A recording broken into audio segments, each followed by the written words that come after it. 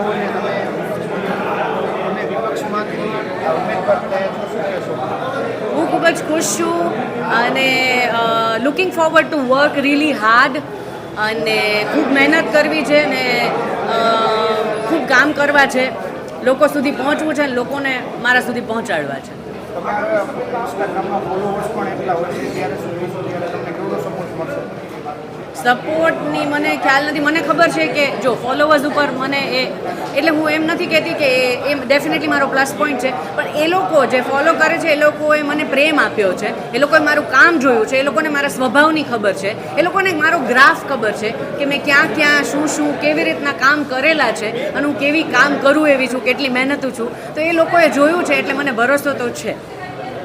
હવે આમાં તમારી હાર કે જીત થશે તેને લઈને શું કહેશો? જો હાર કે જીત અત્યારે તો હું ડિસાઈડ ન કરી શકું. આ મારું પહેલું પગલું છે, બહુ જ નવી છું. બધા આસપાસ વડીલો છે, બધા પાસેથી શીખવું છે, બધા પાસેથી શીખીશ અને મારું ઇનપુટ ને મારું લોહી હું રેડીશ.